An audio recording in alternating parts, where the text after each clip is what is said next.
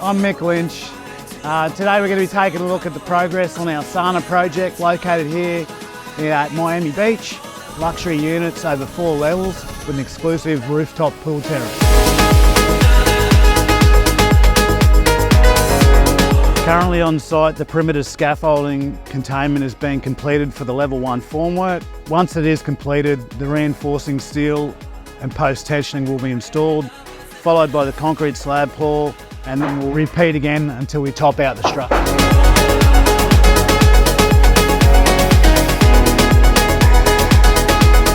September is looking like a great month on site if the weather continues like this. Have a great day.